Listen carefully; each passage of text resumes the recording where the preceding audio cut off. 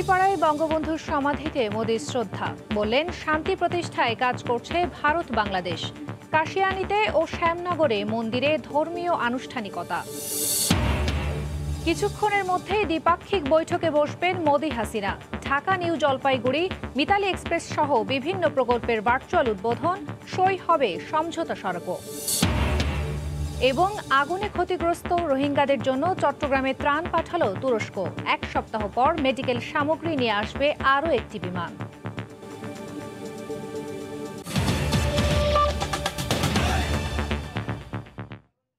সময় সংবাদের সঙ্গে আছি আমি খান্তাজনীন হাসান।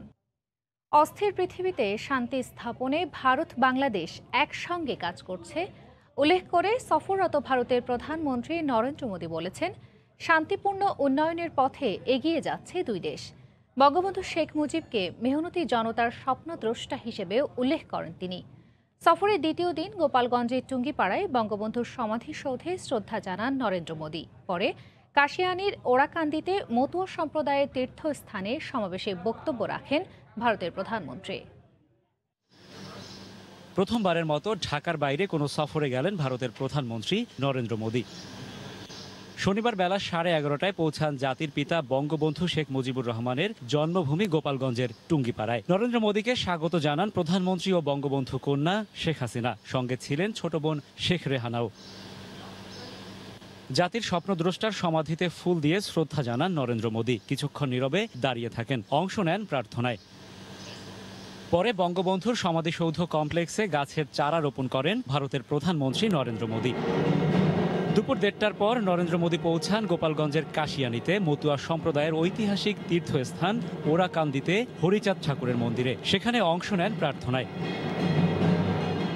পরে মতুয়া সম্প্রদায়ের উদ্দেশ্যে দেয়া ভাষণে বঙ্গবন্ধু শেখ মুজিবুর রহমানকে মেহনতি জনতার স্বপ্নদ্রষ্টা হিসেবে উল্লেখ করেন ভারতের প্রধানমন্ত্রী নরেন্দ্র মোদী। প্রতিবেশী দুদেশ পৃথিবীর অস্থিরতা ও বিদ্বেষের বাইরে শান্তিপূর্ণ উন্নয়নের পথে একসঙ্গে এগিয়ে যাচ্ছে বলেও জানান মোদী। শেখ মুজিবুর রহমান जी का नेतृत्व, उनका विजन और बांग्लादेश के लोगों पर उनका विश्वास एक मिसाल है। दोनों ही देश अपने विकास को अपनी प्रगति से पूरे विश्व की प्रगति देखना चाहते हैं। दोनों ही देश दुनिया में अस्थिरता, आतंक और अशांति की जगह स्थिरता, प्रेम और शांति चाहते हैं। ভারতের পশ্চিমবঙ্গের চলমান নির্বাচনকালে নরেন্দ্র মোদীর ওরাকান্দি সফরকে অনেকেই রাজনৈতিক আখ্যা দিচ্ছেন, কথা ঠিক। তবে সাধারণ মানুষেরা বলছেন, মোদীর এই সফরে দুই দেশের বন্ধুত্বপূর্ণ সম্পর্ক পেল নতুন এক মাত্রা। এই সম্পর্ক ভবিষ্যতেও অটুট থাকলে দুই দেশের অগ্রগতির পথে বাধা হতে পারবে না কোনো অপশক্তি। ওরাকান্দির ঠাকুরবাড়ি থেকে রাশেদ বাপ্পি, সময় সংবাদ। কিছুক্ষণের মধ্যেই দ্বিপাক্ষিক বৈঠকে বসবেন ভারতের প্রধানমন্ত্রী নরেন্দ্র মোদী ও বাংলাদেশের প্রধানমন্ত্রী শেখ হাসিনা। বৈঠকে Dhaka New Jalpaiguri Mitali express train সহ বিভিন্ন প্রকল্প ভার্চুয়ালি উদ্বোধন করবেন তারা। এই মুহূর্তে ঢাকা ক্যান্টনমেন্ট রেলওয়ে স্টেশনে আছেন রিপোর্টার কামরুজ্জামান মামুন। সরাসরি চলে যাচ্ছি তার কাছে। মামুন,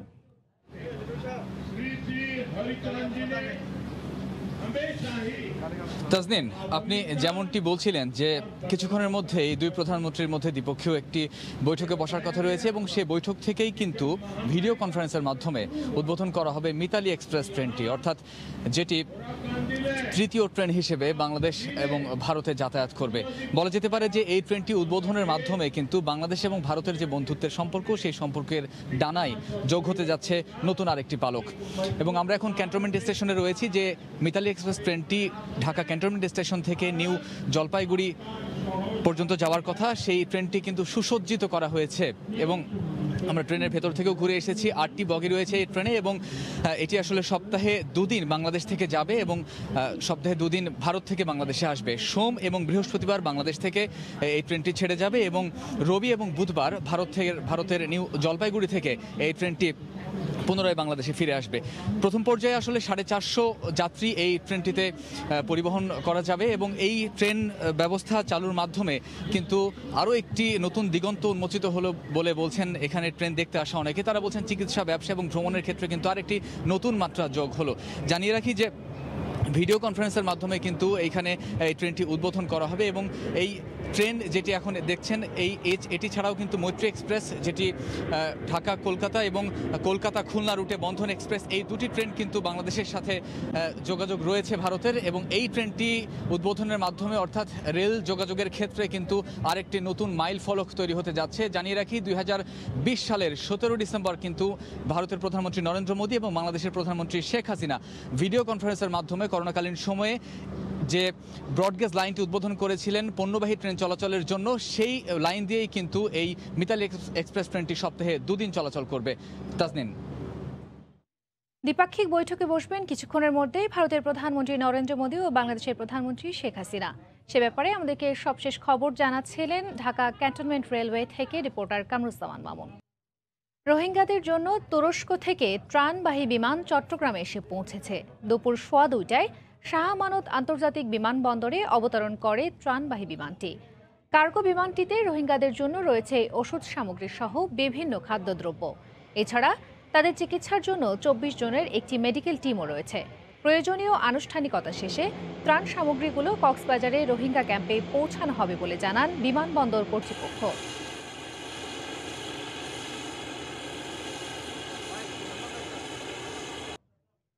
করোনা মহামারীর ঊর্ধ্বগতির মধ্যেই ভারতের পশ্চিমবঙ্গ বিধানসভা নির্বাচনের প্রথম পর্বের ভোট গ্রহণ চলছে। স্থানীয় সময় সকাল 7টায় করোনা স্বাস্থ্যবিধি মেনে শুরু হয় 8 দফা নির্বাচনের প্রথম ধাপের ভোট গ্রহণ। প্রথম দফায় পশ্চিমবঙ্গের পুরুলিয়া, বাঁকুড়া, ঝাড়গ্রাম সহ 30টি আসনের ভোট গ্রহণ অনুষ্ঠিত হচ্ছে। নির্বাচনকে কেন্দ্র করে নেওয়া হয়েছে ব্যাপক নিরাপত্তা ব্যবস্থা। এদিকে ইভিএমে ভোট কারচুপির অভিযোগে পূর্ব মেদিনীপুরের দক্ষিণ কাঁথির একটি কেন্দ্রে বিক্ষোভ করছে তৃণমূল সমর্থকরা। তাদের অভিযোগ, তৃণমূলের প্রতীকে ভোট দিলেও ভোট পড়েছে বিজেপিতে। এর প্রতিবাদে 3 ঘন্টারও বেশি সময় ভোট গ্রহণ বন্ধ থাকে। পরে ইভিএম মেশিন পরিবর্তন করা হলে পরিস্থিতি শান্ত হয়। এছাড়া পশ্চিম মেদিনীপুরের কেশিয়াড়িতে এক বিজেপি কর্মীর রহস্যজনক মৃত্যুর পর এলাকাটিতে চাঞ্চল্য সৃষ্টি হয়েছে। পশ্চিমবঙ্গের পাশাপাশি বাংলাদেশের প্রতিবেশী আরেক রাজ্য আসামেও বিধানসভা নির্বাচনের প্রথম দফার ভোট গ্রহণ চলছে।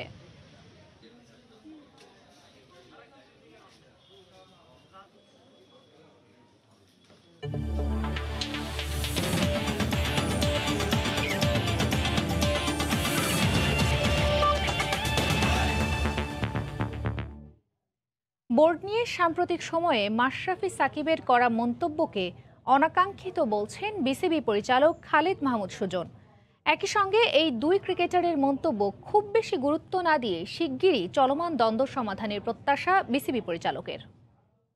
এই ব্যাপারটা ওরা বলেছে, কেন বলেছে এটা খুবই ইয়ের ব্যাপার, বাট সবারই ধরেন ভালোবাসা থাকে, ক্রোধ থাকে, সবই থাকে, দুঃখ থাকে, হয়তো বা কোনো দুঃখ থেকে কথাগুলো আসছে কিনা সেটা জানি না, বাট আমি মনে করি যে একটু তো বিব্রত করা অবশ্যই। বোর্ডের ডাইরেক্টর যারা আছেন সবাই সম্মানীয়, সবাই চেষ্টা করেন, এখানে যারাই বোর্ডে কাজ করেন বা বোর্ডের ডাইরেক্টর আছেন they are trying the level best. ওরা ওদেরও ব্যক্তিগত অভিমত করেছে, যেটা আমি মনে করি এটাকে আমরা যতটা গুরুত্ব দিচ্ছি ততটা গুরুত্ব দেওয়ার কিছু নেই। এটা খুবই একটা সামান্য বিষয়, যেটা আমরা বিসিবিতেই সঠিক ডিসকাশনের মাধ্যমে সঠিকভাবে ঠিক করে ফেলানো যায়। এ পর্যায়ে শীর্ষ সংবাদ জানিয়ে দিচ্ছি আরেকবার। টুঙ্গিপাড়ায় বঙ্গবন্ধুর সমাধিতে মোদির শ্রদ্ধা, বললেন শান্তি প্রতিষ্ঠায় কাজ করছে ভারত বাংলাদেশ।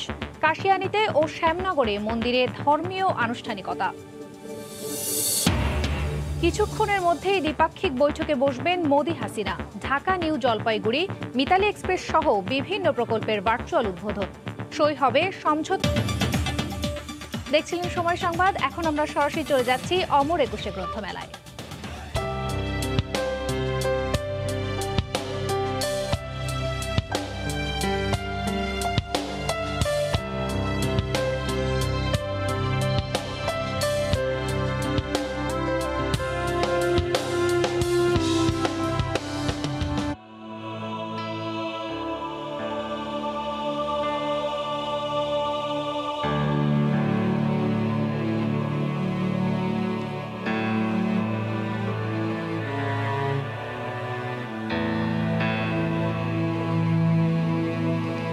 জগতের এই আনন্দযজ্ঞে সবাইকে স্বাগত। এক আনন্দযজ্ঞ, এক উৎসব, এক উচ্ছ্বাস। এবং আজকের বইমেলা, আজকে 10ম দিনের মতো বইমেলা চলছে। আজও লেখক, পাঠক, প্রকাশকরা আছেন। 11টায় দ্বার খুলেছে, এরপর থেকেই তীব্র রোদ উপেক্ষা করে পাঠকরা আসছেন এবং বই কিনছেন, দেখছেন ঘুরে ঘুরে। তবে কয়েকদিনের যদি তুলনা করি তাহলে আজকে কিন্তু পাঠকদের সংখ্যা কিছুটা কম, কারণ জানেন যে ঢাকার বিভিন্ন রাস্তা আজকে বন্ধ রয়েছে। তারপরও কিন্তু আসছেন এবং ঘুরে ঘুরে দেখছেন বই মেলার যে উৎসব, তার সাথে সবাই একাত্ম হয়ে আছে। দর্শক, আজকে আমাদের সাথে একজন অতিথি রয়েছেন, আমাদের সাথে রয়েছেন কথাশিল্পী আনিসুল হক। তার সাথে আমরা কথা বলবার চেষ্টা করব। আনিসুল হকের সাথে আমরা কথা বলতে চাই। আমাদের সাথে রয়েছেন কথাশিল্পী আনিসুল হক। স্যার, আমি একটু যদি সময় নেই আপনাদের কাছ থেকে, আমি লাইভে রয়েছি। স্যার, বইমেলা কাউকে কি মিস করেন স্যার? বইমেলায় তো প্রথমে মিস করি ফেব্রুয়ারি মাসটা। আসলে দেখা যাচ্ছে যে মানে শীতকালে গ্রীষ্মকালে আম ভালো হয় না, তো তবুও এটা তো আমাদের মুক্তিযুদ্ধের মাস, স্বাধীনতার মাস। আমার মনে হয় শেষ পর্যন্ত বইমেলাটা ভালো হবে। আয়োজনটা খুব ভালো হয়েছে, সাজানো গোছানো খুব ভালো হয়েছে, কিন্তু করোনার ভয়ের মধ্যে তো আমরা সবাই আছি এবং এটা তো বাস্তবতা। কারণ এটা তো আর ভূত না যে বিশ্বাস করলে আছে না করলে নাই, তা না, এটা বাস্তব। কাজেই স্বাস্থ্যবিধি মেনে বইমেলায় আসাটা যতখানি পারা যায় স্বাস্থ্যবিধি মেনেই করতে হবে। স্যার, আমি একটু বলছিলাম, আমাকে মনে করে দিতে চাই হুমায়ুন আহমেদ স্যারের কথা। আমি ওই অর্থে বলেছি কাউকে মিস করছেন কিনা, আপনি কি বলবেন? হুমায়ুন আহমেদ স্যারকে আমি প্রতি বছর খুব মিস করি, এবং হুমায়ুন আহমেদ স্যারের থাকার অবস্থার মেলা না থাকার অবস্থার মেলা কিন্তু এক না। আমি পরের বছর থেকেই দেখেছি যে প্রাণটা কমে গিয়েছিল, এমনকি উপস্থিতি কমে গিয়েছিল। কারণ প্রতি বছর হুমায়ুন আহমেদের 3টে থেকে 4টা বই বেরোতো, একটা উপন্যাস সামাজিক ধরনের, একটা হিমু, একটা মিসির আলী, একটা শুভ্র ধরনের। তো ওই সপ্তাহে 4বার এটা, মানে মাসে 4বার এটা হতো, এবং প্রত্যেকবার নতুন পাঠক ঢুকতেন ওই এক বই কেনার জন্য। তারপরেও তো হুমায়ুন আহমেদ না থাকলেও তার বই আছে, এটা আমি সবসময় বলি। যে বই আমি পড়ি নাই সেটাই নতুন বই। সবসময় যে একদম এটা তো কেক না যে আজকে বানানো হতে হবে, বরং আমাদের ক্লাসিক্সগুলি পড়া উচিত। এই বইমেলায় রবীন্দ্রনাথ আছেন, এই বইমেলায় বিভূতিভূষণ আছেন, সৈয়দ আল্লাহ আছেন, সৈয়দ শামসুল হক আছেন, শামসুর রহমান আছেন। মিস করলে আমি তাদেরকেও খুব মিস করি। একজন কবি কি কথাশিল্পী হলো নাকি কথাশিল্পী কবি হলো? আমি তো কবিতা দিয়ে শুরু করেছিলাম। আমার প্রথম 2টা বই কবিতার বই, খোলা চিঠি সুন্দরের কাছে।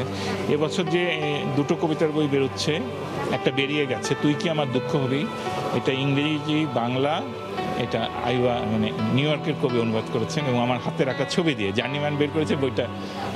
বইটা নিয়ে আমি উত্তেজিত। তো ওই যে তুই কি আমার দুঃখ হবে কিন্তু আমার সেই প্রথম কবিতার বইয়ের কবিতা। আর নতুন কবিতার বই বেরোবে বাতিঘর থেকে, আবার বসবো মুখোমুখি। সেই দিক থেকে আমি বলবো যে আমি চিরকালই কবি ছিলাম, কথা সাহিত্য, কিন্তু আমাদের বাংলাদেশের এটা ঐতিহ্য। ধরা যাক জীবনানন্দ দাশ, তাকে যখন আব্দুল মান্নান সৈয়দ শুদ্ধতম কবি বললেন, এটা বলেছিলেন এই জন্যে যে তিনি ভেবেছেন যে জীবনানন্দ দাশ কবিতা ছাড়া আর কিছুই লেখেন নাই। পরে তার মৃত্যুর পরে দেখা গেল যে এক ট্রাঙ্ক ভর্তি উপন্যাস পাওয়া গেছে, অনেক উপন্যাস লিখেছেন। আমাদের রবীন্দ্রনাথ ঠাকুর নিজে উপন্যাস লিখেছেন, আমাদের কাজী নজরুল ইসলাম উপন্যাস লিখেছেন। সেদিক থেকে এটা আমাদের ঐতিহ্য যে আমরা কবিরা কথা সাহিত্য করি। স্যার, এমনিতে আপনার এবারকার বইমেলার মূল থিম ধরা হয়েছে বঙ্গবন্ধুর জন্মশতবর্ষ এবং স্বাধীনতার সুবর্ণ জয়ন্তী। বিগত বছরগুলোর দিকে তাকায় আপনার অধিকাংশ উপন্যাসই কিন্তু ইতিহাস ভিত্তিক এবং সেখানে বঙ্গবন্ধু রয়েছেন, প্রবলভাবেই রয়েছেন। আপনি কি বলবেন? আমি যখন শুরু করলাম তখনও অসমাপ্ত আত্মজীবনী বের হয় নাই, এবং আমি খুবই বিস্ময়ের সঙ্গে বা দুঃখের সঙ্গে লক্ষ্য করি যে আমরা মুক্তিযুদ্ধের ইতিহাস শুরু করি 1971 সালে 26শে মার্চ থেকে, কিন্তু এটা তো একটা দীর্ঘ সংগ্রামের অংশ। এই জন্য আমি যারা পড়ে এনেছিল ওটা লিখলাম যে 1930 সালে বঙ্গবন্ধু কীভাবে আস্তে আস্তে এই প্রক্রিয়াটার সঙ্গে যুক্ত হলেন, বা শেরেবাংলা কী করলেন, মৌলানা ভাসানী কী করলেন, কিভাবে পাকিস্তান হলো, কিভাবে ভাষা আন্দোলন 48 সালেই শুরু হলো, কীভাবে 52 সালটা এলো, রফিককে, জব্বারকে, ধীরেন্দ্রনাথ দত্তকে, এগুলি আমাদের জানা দরকার, জানানো দরকার। তো গল্প তো সবচেয়ে মানুষকে স্পর্শ করে।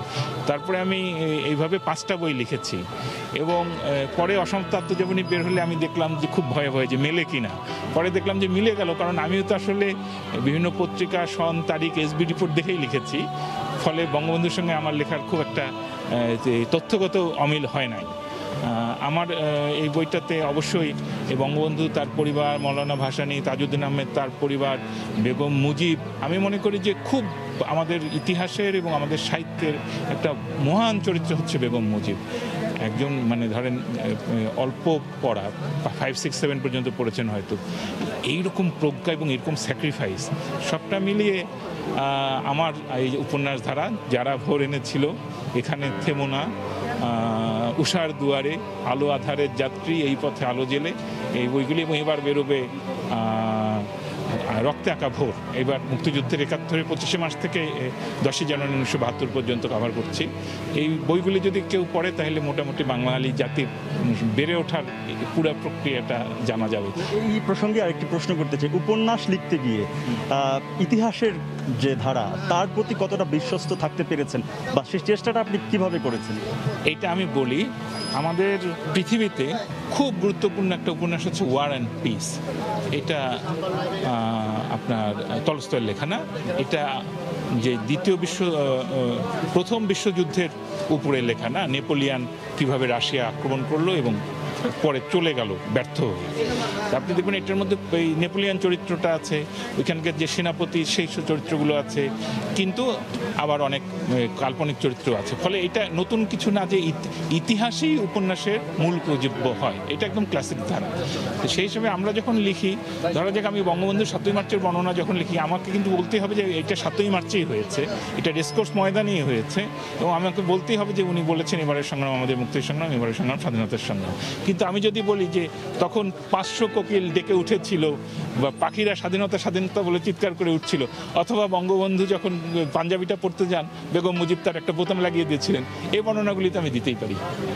আরেকটি বিষয় দেখলাম যে আপনি লিখতে শুরু করলেন, বা সমসাময়িক আপনার যারা রয়েছেন তারাও দেখেছে যে ইতিহাসের প্রতি বা ইতিহাসের বইয়ের ইতিহাস থেকে উঠে আসা গল্প নিয়েই উপন্যাস করছেন। এই বিষয়টি আপনি কিভাবে দেখছেন? এটা আমি করেছি, এটা দাবি করা একদমই অসঙ্গত হবে। যেমন ধরা যাক হুমায়ুন আহমেদ স্যার লেখেন, আমাদের আগে পরে অনেকেই লেখেন, কিন্তু কলকাতায় তো সুনীল গঙ্গোপাধ্যায় অনেক আগে পূর্ব পশ্চিম লিখেছেন, বা সেই সময় লিখেছেন, রবীন্দ্রনাথের জীবন নিয়ে লিখেছেন। এটা নতুন কিছু না, কিন্তু আমি যেটা দেখছি যে আমার সর্বাধিক বিক্রিত বই হচ্ছে মা। এটা প্রায় ২ লক্ষাধিক কপি শুধু বাংলাদেশে বিক্রি হয়েছে, এবং ফুটপাতেরগুলিতে পাইরেটেডগুলিতে আমি হিসেবে রাখছি না। দ্বিতীয় সবচেয়ে বেশি বিক্রি হওয়া বই কিন্তু যারা পড়ে এনেছিল। ফলে বাংলাদেশের মানুষের সিরিয়াস ইতিহাসভিত্তিক বই, দেশপ্রেমমূলক বইয়ের প্রতি আগ্রহ আছে। এটা খুব একটা ভালো ব্যাপার। আমি বাংলাদেশের পাঠককে স্যালুট জানাই। এই যে আপনি একজন কথাশিল্পী, জনপ্রিয় কথাশিল্পী, এই পরিচয়ের আড়ালে আপনার কবি পরিচয়টা কিছুটা কি আড়াল হয়ে যাচ্ছে? এইটা একটা মাধ্যম আরেকটা মাধ্যমের চেয়ে শক্তিশালী। আমি যখন নাটক লিখতে শুরু করলাম টেলিভিশনে, সবাই আমার ৯১-৬৯ দেখলো। ব্যাচেলার সিনেমার পরে ভাবলো যে এত ছবির লোক, সিনেমার লোক হয়ে গেছে। তারপরে উপন্যাস বেরোলে অবশ্যই ঔপন্যাসিক বলে। আমাকে লেখে কথা সাহিত্যিক, আমি দুঃখ পাই। আমাকে যদি কবি বলতো আমি নিশ্চয়ই খুশি হতাম। কিন্তু কি করা যাবে, আমি তো কবিতা লিখেই চলেছি। আমার ১২টা কবিতার বই, এত কবিতার বই তো ধরা যাক হেলাল হাফিজের ২টা কবিতার বই, তাই না? আর এমনিতে আপনার কয়টা কবিতার বই এর মধ্যে বের হয়েছে? আমি বললাম টোটাল আমার ১২টা কবিতার বই বের হয়ে গেছে। আর এমনিতে যদি বাংলাদেশে আপনি অনেক আপনার লেখাতে, বিভিন্ন সামাজিক যোগাযোগ মাধ্যম বা বিভিন্ন লেখাতে আমি দেখেছি যে নির্মলেন্দু গুণের আপনার প্রিয় কবি, তার সম্পর্কে যদি বলতেন। নির্মলেন্দু গুণ আমার খুবই একজন প্রিয় কবি। প্রিয় কবি অনেকেই আছেন, কিন্তু নির্মলেন্দু গুণ আমার প্রিয় মানুষ এবং প্রিয় কবি। এর একটা কারণ হচ্ছে উনি যে জীবন যাপন করেন সেটা অকপটে বলতে পারেন। আমি ওইরকম কবির জীবন যাপন করতে চেয়েছিলাম, কিন্তু আমি তো একটু সামাজিক জীবন যাপন করি, এবং আমি যেহেতু কিশোর আলো পত্রিকার সম্পাদক, আমাকে অনেক সামাজিকভাবে অনেক নিয়মকানুন মান্য করে চলতে হয়। নির্মলেন্দু গুণের আরেকটা জিনিস আমার খুবই প্রিয়, সেটা হচ্ছে তিনি খুবই বঙ্গবন্ধুর ভক্ত। সত্যি কথা যেটা, যে আমরা যখন ছোটবেলায় বড় হই তখন একটা খুব বিরূপ পরিস্থিতির সামরিক আইনের মধ্যে বড় হয়েছি। ওই সময় বঙ্গবন্ধুর নামকে উচ্চারণ করতো না। আমি নির্মলেন্দু গুণের কবিতা পড়ে বঙ্গবন্ধুর ভক্ত হয়েছি। উনি যখন বললেন, আজ আমি কারো রক্ত চাইতে আসিনি, আমি আমার ভালোবাসার কথা বলতে এসেছিলাম, এইটা পড়ে আমি ওই ভালোবাসাটাকে ধারণ করি। ফলে ওই ভালোবাসায় মিলে যায়। শিশুদের কথা অনেকেই বলেন, শিশুদের লেখালেখি নিয়ে অনেক কথা হয়, কিন্তু শিশুদের উপযোগী বই লেখার ক্ষেত্রে আপনারা যারা জনপ্রিয় লেখক তাদের একটু কি সময়টা কম দিচ্ছেন এই শিশুদের লেখালেখির ব্যাপারে? আসলে আমি কিশোর আলো করার পরে বুঝতে পারলাম যে শিশুদের জন্য লেখাটা খুবই রিওয়ার্ডিং, আপনি পুরস্কার পান। পুরস্কারটা কি ভালোবাসা। আপনি দেখবেন যে আমি যখন হাঁটি তখন বাচ্চারা এসে আমাকে ঘিরে ধরে, কারণ আমি গুড্ডু বুড়া নামে একটা কমিক লিখি এবং ওইটা প্রতি বছর বই বের হয়। ওই বাচ্চারা ওইটা খুবই পছন্দ করে। বা কিশোর আলোর সম্পাদক হিসেবে ওরা আমাকে আমার ধরেন পাঞ্জাবি ধরে ঝুলতে থাকে, আমার এত ভালো লাগে, এবং আমাকে তারা গুড্ডু বুড়া বলে ডাকে। তো আমি বড়দের কথা বলবো যে আমাদের জাফর ইকবাল স্যার তো লিখেই চলেছেন, হুমায়ুন আহমেদ অনেক লিখতেন, আমাদের হাসান নাজিল হকও ছোটদের জন্য লিখেছেন। কিন্তু আসলে অনেকে ভাবে কি যে ছোটদের জন্য লেখাটা একটা হেলাফেলা করে লিখলেই হয়, কিন্তু ছোটদের জন্য লেখাটাই দ্বিগুণ যত্ন করে লেখা উচিত, কারণ ওইটা পড়ে সে শিখবে, ওইটা নির্ভুল হওয়া উচিত। আশার কথা হচ্ছে যে খুব সুন্দর বই বেরোচ্ছে। ফরিদ ভাই, আপনি একটু আমাকে মিথিলার বইটা দেবেন? মিথিলার বইটা, আমাদের যে রাফিয়াত রশিদ মিথিলা, তার মেয়ে, এবং সে একটি বই লিখেছে, অ্যাডভেঞ্চার বই। বইটা ওই বইটা আমি আপনাকে দেখাতে পারি যে বইটার প্রোডাকশন কত সুন্দর আর কি। আমরা একটু দেখেছি এই প্রসঙ্গে একটা প্রশ্ন করি যে বাচ্চাদের বইয়ের ক্ষেত্রে এই যে রংটাকে অনেক প্রাধান্য দেওয়া হয়, কিন্তু লেখার টেক্সটকে আসলে খুব বেশি প্রাধান্য। এটা নিয়ে ব্যাপক গবেষণা হয়, আর ও মিথিলা যেহেতু ব্র্যাকে এই বিষয়েই তার গবেষণা, কাজে উনি জানেন যে টেক্সট কম থাকতে হয়। বই, একটা বড় বই যখন বাচ্চারা অতি অল্প আয়াসে পড়ে ফেলে, তখন সে ভাবে কি আমি একটা বড় বই পড়ে ফেলেছে, আসলে কিন্তু সে ছোট বইই পড়েছে, একটা ছোট গল্পই পড়েছে। এটা একটা কায়দা। এইভাবে আস্তে আস্তে বাচ্চাদেরকে বইয়ের মধ্যে, এটা আপনি লেডি বার্ডের বইগুলিতে দেখবেন, এই ইংরেজি বইগুলি। তেমনি আমরা জানি যে সিন্ড্রেলা, ওই যে বইগুলি, সিসিমপুরের বইগুলি, এগুলি কিন্তু ছবি বেশি থাকে, কথা কম থাকে। তারপর আস্তে আস্তে এটাই যখন ওরা যখন 6-7-এ উঠবে, তখন কথা বেশি হবে, ছবি ছোট হতে থাকবে। এভাবে বইয়ের প্রতি ছেলেমেয়েদের টানতে হয়। বাংলাদেশের প্রোডাকশন ভালো হওয়া শুরু করেছে, কিন্তু ছোটদের জন্য ভালো লেখক এখনও অভাব আছে। এই অভাব পূরণ করতে বুদ্ধিমান, প্রতিভাবান, ভালো লেখকদের এগিয়ে আসা উচিত। এটা আমাদের। এই প্রসঙ্গে আমি আরেকটি কথা, এই যে একটি বই, এটি নিঃসন্দেহে অনেক ভালো বই হবে। আমি পড়িনি, যদিও আমার মনে হচ্ছে স্যার এইটার দাম 270 টাকা রাখা হয়েছে স্যার, সব শিশুর পক্ষে। আমি যদি বাংলাদেশের সব শিশুর কথা বলি, তাদের সবার পক্ষে কিন্তু বই এটা কেনা সম্ভব না স্যার। তো শিশুদের বিকাশের ক্ষেত্রে বা সকল শিশুর কাছে পাঠ্য বইয়ের বাইরে বই নিয়ে যাওয়ার ক্ষেত্রে কোনো উদ্যোগ নেওয়া যেতে পারে? এটার জন্য আমি বিশ্ব সাহিত্য কেন্দ্রকে এবং আব্দুল আবু সাইদ স্যারকে ধন্যবাদ জানাই। ওনাদের প্রায় 25 লক্ষ, এবছর হয়তো করোনার জন্য কী হবে জানি না, নাহলে 30 লক্ষ ছেলেমেয়েদেরকে বাছাই করা 10টা বই পড়ানোর একটা পরিকল্পনা থাকে, প্রকল্পই থাকে। এবং ওটার মধ্যে যেহেতু বাছাই করা বইগুলি পড়ে ফেলে, ওরা কিন্তু একদম পাঠক হয়ে যাবে। এবং এই যে বইয়ের নেশা ওদেরকে ধরিয়ে দেওয়া হবে, এরা করতেই থাকবে। তাই এই ধরনের উদ্যোগ আরও দরকার। আর আপনি যেটা বললেন, দেখেন, আমাদের বাংলাদেশে 10 কোটিরও বেশি মোবাইল গ্রাহক আছে। এরা প্রত্যেকেই অন্তত 300 টাকা করে প্রতি মাসে ব্যয় করে মোবাইলের পেছনে। কিন্তু একটা বই যখন 200 টাকা দিয়ে কিনতে ধরে, তখন তারা মনে করে যে এটার দাম বেশি। এবং ঢাকা শহরে আমাদের বাংলাদেশে তো প্রায় 4-5 কোটি ছেলে মেয়ে স্কুল, কলেজ, বিশ্ববিদ্যালয়ে যায়। এরা একটা বার্গার খাওয়ার সময় কিন্তু 100 টাকা খরচ করলে দুশ্চিন্তা করে না, কিন্তু যখনই আপনি বইয়ের কথা বলবেন, সঙ্গে সঙ্গে তার চিন্তা যে এটার তো দাম বেশি। এটা আমি অস্বীকার করছি না। সেই জন্য আপনার লাইব্রেরি দরকার, স্কুলের লাইব্রেরিগুলি চালু করতে হবে। আমাদের সময় তো লাইব্রেরিয়ানরা এসে আমাদেরকে বই ডিস্ট্রিবিউট করতেন, ওইটা আবার চালু করতে হবে। আর বিশ্ব সাহিত্য কেন্দ্রের মতন প্রকল্পগুলি দরকার। আমি জানি যে সবার বই কেনার সামর্থ্য নাই, তারপরেও বাংলাদেশ কিন্তু সম্পন্ন দেশ হচ্ছে, আমাদের কিন্তু এখন বই কেনা উচিত। আমরা সংগতি সম্পন্ন। এখন আমাদের প্রত্যেকের বাসায় 2টা করতে করে 3টা করে টেলিভিশন আছে, আমাদের প্রত্যেকের বাসায় ল্যাপটপ আছে, প্রত্যেকের আইফোন আছে, অথবা ভালো কি বল স্মার্টফোন আছে। শুধু আমাদের বেশিরভাগের বাসায় লাইব্রেরি নেই। ধন্যবাদ স্যার। দর্শক, আজকে আমাদের সাথে ছিলেন কথাশিল্পী আনিসুল হক। আজকেও 10ম দিনের মেলা, আজকেও কিন্তু লেখক, পাঠক, প্রকাশকদের মিলন মেলায় পরিণত হয়েছে। সব কিছু মিলিয়ে সামনের দিনগুলো এমনি দর্শকদের, পাঠকদের উপস্থিতিতে মেলা প্রাণ ফিরে পাবে, এমনটা সবার প্রত্যাশা। তো এই ছিল আজকে প্রাণের মেলা।